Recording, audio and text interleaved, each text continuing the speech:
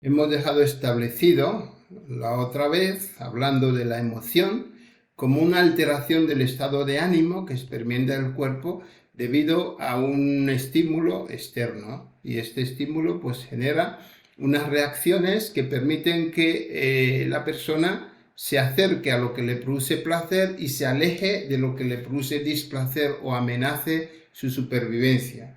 Y dejamos claro que esas reacciones que llamamos emociones, pues era pues la ira, era la tristeza, el miedo, el asco, la sorpresa. Son reacciones normales que se pueden producir en el plano fisiológico, en el plano psicológico o en el comportamiento de la persona. Dejamos claro que la emoción era intensa, pudiera ser muy intensa, pero de breve duración. Sin embargo, cuando a esa emoción le dábamos una interpretación, una connotación cognitiva, la emoción se transformaba en sentimiento. Y el sentimiento es menos intenso, pero más duradero. Y se considera que un sentimiento es una combinación de varias emociones con el elemento interpretativo de la mente. Y esas pueden ser pues la vergüenza, la culpa, la apatía, la ansiedad, el orgullo, la vergüenza, la indiferencia. Entonces, estos pues tienen ya un impacto mayor sobre el cuerpo y las consecuencias a largo plazo suelen ser pues muy negativos para nuestro bienestar. Hoy vamos a hablar de un tema que es muy parecido al de las emociones que se transforman en sentimientos y se conoce como el estrés. El estrés viene de un término latino que significa stringere, significa provocar tensión. O sea, el estrés, los físicos lo entendieron bien porque lo atribuyeron, ese vocablo de estrés, lo atribuyeron a las deformaciones que experimentaban los materiales cuando recibían una presión. O sea, cuando un material recibe una presión, esa deformación, los físicos lo conocen como estrés. En medicina, el padre del estrés se conoce, su nombre es Hans Selye. Hans Selye era un austrohúngaro, pues luego se afincó en Canadá y ahí desarrolló sus estudios. En el 1935, pues aproximadamente tendría 29 años, ahí empezó sus estudios y se pasó nada menos que 46 años estudiando el estrés y murió en el 1982. Así que todas las referencias bibliográficas sobre el estrés tienen en cuenta a Hans Selye, es el que más sabe del estrés, y define el estrés como una reacción de adaptación del individuo, del cuerpo, ante un estímulo externo que él llamó estresor y que pudiera ser que amenazara su supervivencia o bien sobrepasara la capacidad de respuesta de la persona, del individuo, al estímulo, a la demanda. Esto es lo que definió como el estrés.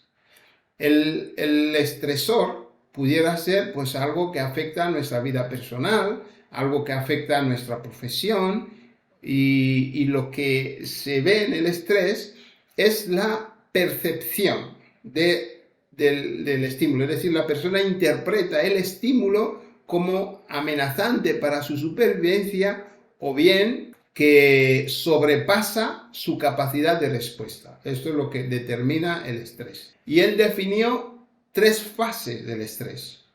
Una fase es la fase de alarma, cuando la persona detecta el estresor.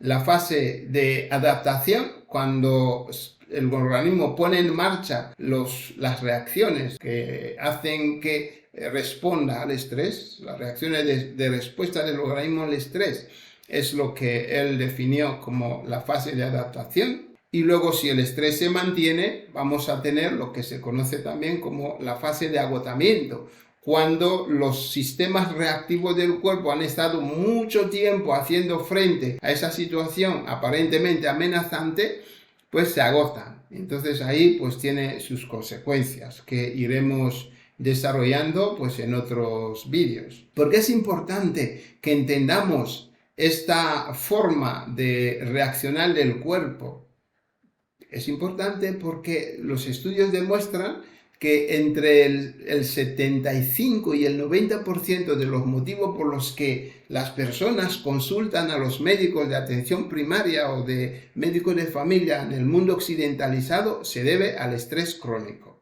¿Por qué definimos el estrés crónico? Porque hay un estrés agudo. Ese estrés agudo, cuando hay una situación real de peligro, de amenaza, el organismo pone en marcha los recursos para hacer frente a él, que es la necesidad de huir para alejarse de la amenaza, o bien luchar contra el estresor amenazante.